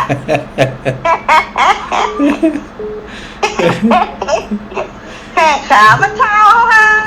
ก็แค่ขามันไปตัวอีก ฮะใจมันไปปุ่นเนาะใจมันไปขืบไปสอกไปว้าบ่น่ะกายมันไปฮื้อแหละก็เป็นอย่าง เป็น ว่า กำลังใจนะ เจ้าสาธุเจ้าทักทายกันเนาะ ฟังอยู่ฟังเปิ่นอูกับหมูสะท้ามเล่นกับม่วนนะ เจ้า ทักทายกัน ทักทายกันไปม่วนดิ เจ้าสาธุแม่ เจ้าสาธุสาธุเจ้า สาธุเจ้าแม่พิสมัย เจ้าไว้ป่าเจ้าทานประคู สาธุเจ้า แม่ฟังอยู่เด้อ ฟังมาตลอดนะสถาแถวนางแลหลายอยู่แถวนั่นน่ะ เจ้าหลายอยู่ปงยี่พวกหลายอยู่เจ้า มันฟังกันหลาย เจ้าแม่โทรมาห้องทานประคูเนี่ยก็ถามประคูก่อนว่านางจะเป็นเจ้าคุณแม่ค่ะเจ้าค่ะเจ้าคุณเจ้าคุณอันนี้เจ้าคุณเจ้าค่ะเนี่ยถามประคูของว่าจะมาจ่างวะ เนาะ พวกว่าจะมาจ่างแหละ น้องสันเนี่ยกำเตือ เจ้าคุณสมัยกันเนาะไปหวานจ่างกันเนาะ ก็อย่างอันไผ่แซวว่านั่นน่ะ ขนาดพ่อครูยังโทรอยากโทรติดอยากเป็นเจ้าคุณโทรติดเห็นเลยก็อย่าว่าไปเลย ขอโทษต้องเกิดเดี๋ยวแม่จะว่าเจ้าข่าวมาจ่าง เป็นแซวกัน แต่ไม่ฟังนั่นพ่อครูน่ะตอนนั่นนะแม่ที่โควิดเนาะแม่ไม่กล้าโทรแม่ขอโทษครับแต่นายอันโทรหาท่านพ่อครูครั้งแรกในชีวิตของแม่เลยโทรหาตัวเจ้าไอ้น่ะเขาแม่เลยตัวเองมาจากโอ้เนาะเจ้าโอ้โทรหาท่านพ่อครูไม่ซ้ำแม่มาจากโอ้ยนะมันพอเดี๋ยวแม่สอนน่ะมันคุ้นเคยกันท่านพ่อครูไปลาวเนาะเจ้าไปแล้วเนี่ยโทรเนี่ยก็เป็นห้องยังไม่เป็นเจอเนาะ2 คนก็แม่พิมพ์ด้วยแต่เป็นนั่นนะแล้วแม่กับบ้ากล้าโทรแม่ฟังตึงวันอ่ะแม่ไปไหนมาแม่ก็ต้องมาเปิดฟังตึงวันได้ไงนะตอนมันไปอยู่ในงานแม่ก็เปิดดันโทรศัพท์ฟังผ่านพ่อครูต่อขาดไปจะได้เดี๋ยวนี้นะน่าขาดมาได้ขาดไปได้จะได้ช่วงนี้แม่ก็จะไปไหนได้เพราะว่าตาฝนบอกคนสบายเนาะตรวจดูเอาก็ดูในอัน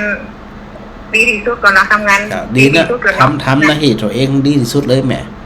เอาบุญแล้วแม่เนอะเจ้าไม่เป็นกำลังใจเนอะสาธุเจ้าสาธุเจ้าสาธุเจ้าสถาบันสายแม่นิดเจ้ากะหัวมือแปบเลยยังไหว้สาเจ้ากะอันเต็กเก็บพ่อหัวมือแปบปากก้าเต็กไหนก็ได้ประกันเปิดเดี๋ยวหมอนั่นนอนเดี๋ยวไม่ออกตายแม่เว้ยไม่ได้แต่จะเขาจะได้ทั้งอู้ก็เปิดของน้อยอันนี้เฉพาะสะดวกโทรนะ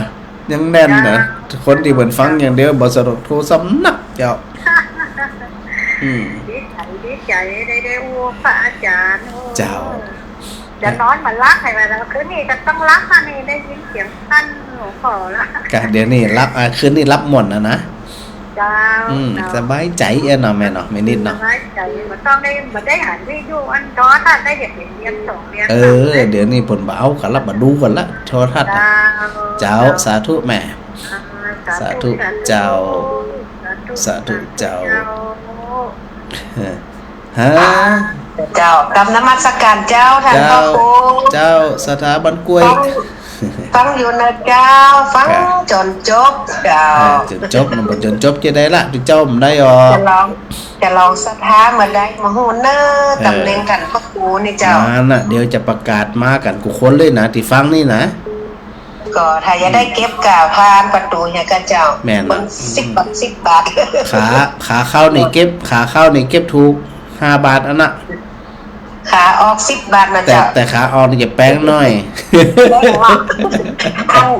อันจะเข้าไปแล้วบัดต้องออกก็กลัวเสียหลายเจ้าแม่นเข้าไปก็รับอยู่ฮะนะออกก็อีหยังจะเสียแป้งสาธุเจ้าเดี๋ยวแจ้งเด้อเจ้าสาธุแม่สาธุเจ้าแม่สิมุด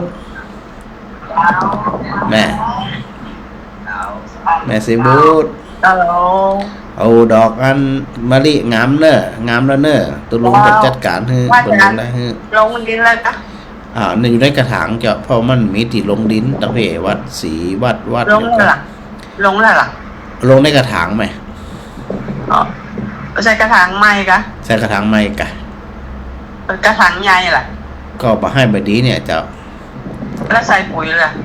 ยังไม่ได้ใส่เตี่ยพึ่งอันเอาลงถังเอาลงอันมาให้บดีในสักติด2ติดนี่กะ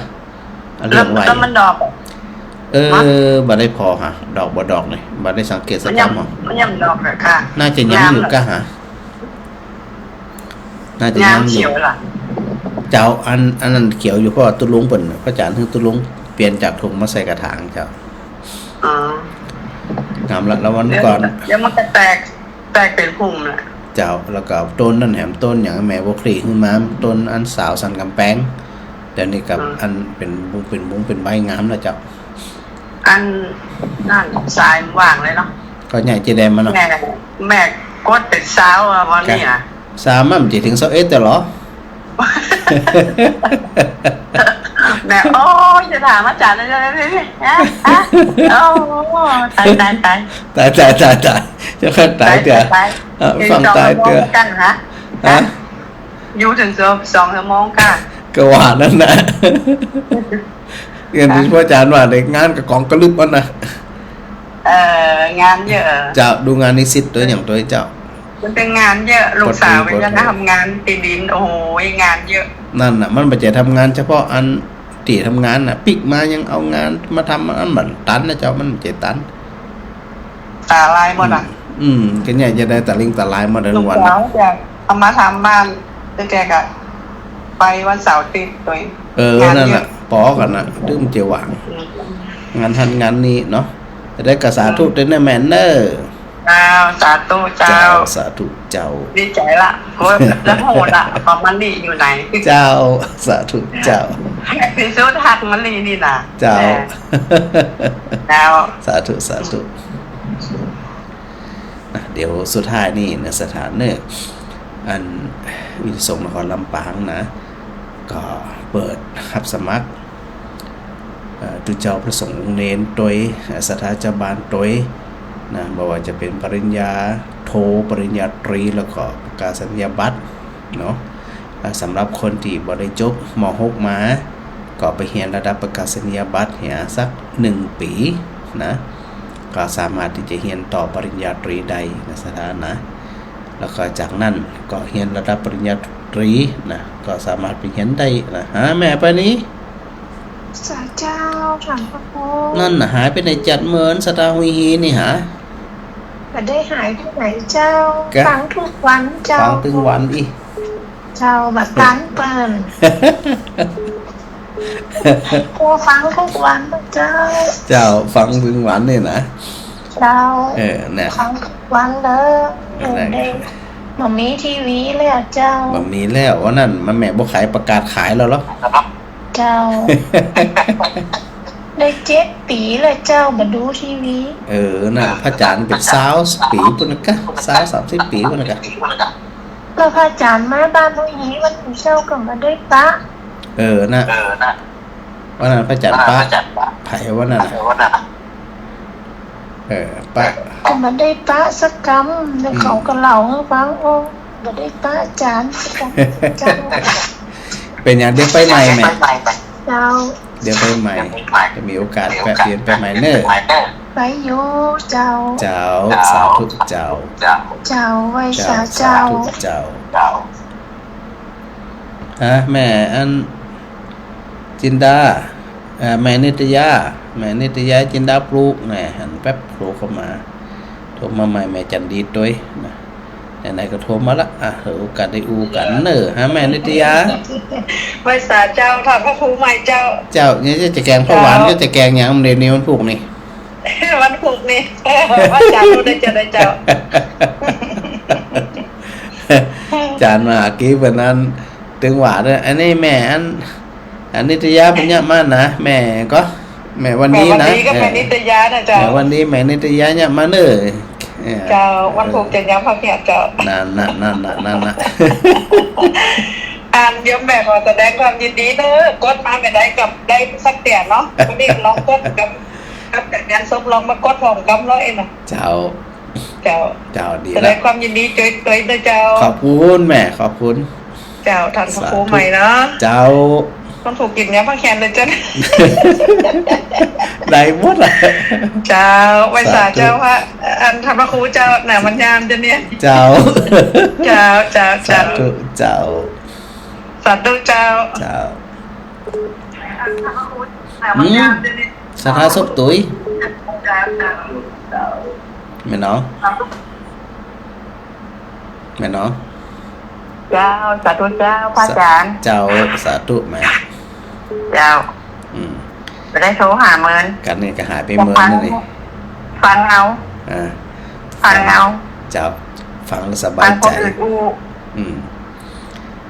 ก็อันว่าถ้ามีงานนี่72ก่อนกะ สถาเตรียมไว้เลย72 เจ้า72แล้วก็อันรถอันอ้อมสินที่แหมอีก เออ ได้ยินเสียงเหรอเนี่ยจอมันเนี่ยย่ำเต็มรถเลยเนี่ย กะโอ้นั่นอาศัยให้มันเต็มเห็นเลย ซอยนี่รถมันจะแผ่น72อีกแน่ถ้าครูนี่ เอาสะดวกกว่าอันสถาธรรม แล้วอันกาแฟมันต้องฉันนะเนาะ โอ้ถ้ากาแฟดำนี่ยังฉันอยู่เจ้า ถ้ากาแฟยังสูงเลยเนาะ ถ้ามันมีน้ำตาลมีอย่างพระจันทร์ประฉันเฉพาะกาแฟดำมาใส่น้ำตาลมา มัน ใส่ มีน้อยไปฉันแต่กาแฟดำแหละอันนี้มาเอาแหละ มาเอาจะเอาปกติพระจันทร์ฉันแต่กาแฟดำอย่างเดียวไหม เป็นไงเจ้า ทำ ใจ ไอ้เมนกับประฉันนะเพราะว่าเดี๋ยวอายุหลายมันจะมีปัญหานู่นนี่นั่นนี่ไง เป็นอย่างเจ้ามันนี่มันมีแก้เจ็บแข้งเจ็บขามันมีคอลลาเจนตัวนี้ ถ้าจะดีก็คือกาแฟดำนะแม่ ตามใจพระอาจารย์ เอาสะดวกนะทั้งที่อู้ถึงนี่นะ เจ้า เจ้าแม่สบายดีเนาะ ดีใจใจเด้อพระอาจารย์ เจ้าสาธุเจ้า เจ้า เจ้าตุยก็สบายดีเนาะ เจ้า เจ้าสาธุเจ้า แม่จันดีขใจเพิ่นจะไปกันแล้วขใจแม่จันดี อันโทรมาหลายเตือนละอันบัดใดอันนี้ก็บัดใดครับนะเดี๋ยวโอกาสยังปะโลนเนี่ยนะโทรแตะโทรว่าฮับซักเตี้ยเนี่ยนะ อันเดี๋ยวเนี่ยตะกี้ถึงไหนตะกี้โยมอันอาจารย์ทักถึงไหนโยมแม่4,000 บาทแก้วนะแล้วก็อันโยมแม่รวงทองเขียวค้ำนะกราบสาธุค่ะท่านนะสาธุเทรนเนอร์แม่รวงทองอันฉลองวันไหนแจ้งตุ้ยนะบ้านทงบ้านหมออ้ออยู่นี่แหละอยู่ใกล้ๆนี่เนาะเดี๋ยวก็แวบเข้ามาหากันแล้วก็แม่พิมพ์มาลาเทรนเนอร์ทักทายมาแม่จันดีเข้าใจ ทำไมจันดี โอ้นี่มันยากแต่ว่าไว้จ่าเจ้านั่นประตูเจ้า เจ้าอันศรัทธาอั มัน นจะเป็นเช้าแล้วก็แบบเดียวนี่ กับพระอาจารย์ว่าตะกี้กับซาวเดียวว่าได้มันจะ21 22จะล้อล้อมัน21 22กันกะอยากดูแก่นกันมาก กะตึงหยักตึงแก้นอีปรับไปตามนั่นเลย เจ้า แล้วก็อันฝนกับปะตกเหมือนกันแหละตั้งราศีแหละ บัดโตเจ้าบ่มีอย่างเห็นเลยเนี่ยอ่อนบัดโต กะอันปนว่าต้องปักก็ปักจะไข่กะจะได้ก็ได้ จะไข่จะให้กับมันกันแรงโตก็จะมีกัน ปักแต่ไข่มันมาต้มส้มมากะ นั่นเนาะ ต้มยำเจ้าอันวังฝนตกนั่นเนาะจะตกนี่แต่ยังว่าร้อนหน่อยแม่ก็ยังปลูกจะไข่ทั้งฟินเห็นป้องเหงาเนี่ยมันถ้ามันแรงแล้วอยู่จะไปเตียกหนาอีกอะ มันต้องเป็นอย่างอยู่แล้วธรรมดานะแม่แน่ดีละทักทายกันเจ้าสาธุแม่ เจ้าสาธุดีใจได้อู้หลอด เจ้าสุขใจแล้วเนาะ เจ้าสาธุเจ้า อันแนะนำการศึกษานะระดับปริญญาตรีเนาะก็เรียน3 ปีเจ้าก็ได้พระเนนก็ได้หรือว่าอันลูกหลานตานเต้ามีที่หำที่เรียนการเทิมถูกนะสถานนะเราก็เรียน